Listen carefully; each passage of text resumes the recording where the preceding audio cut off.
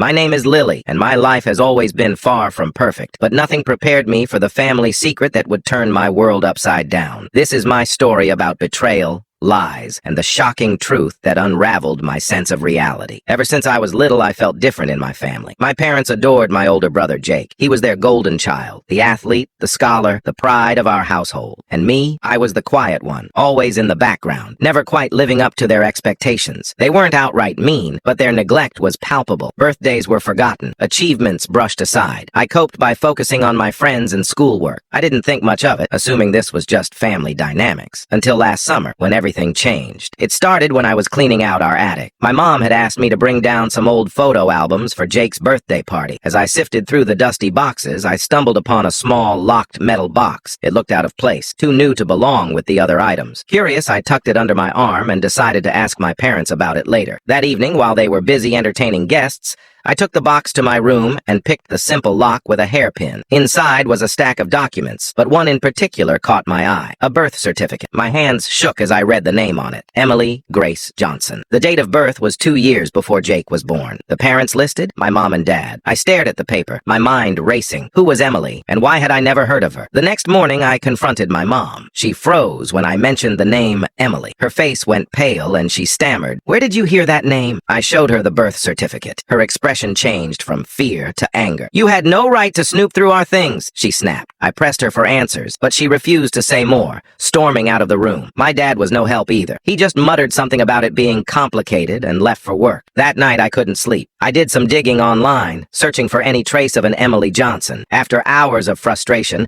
I finally found an obituary from 15 years ago. Emily had died in a car accident at the age of 5. The realization hit me like a freight train. I had a sister my parents never told me about. Over the next few days, I tried to get more information from my parents, but they shut me out completely. The tension in our house was unbearable. My parents avoided me, and Jake seemed oblivious to the whole thing.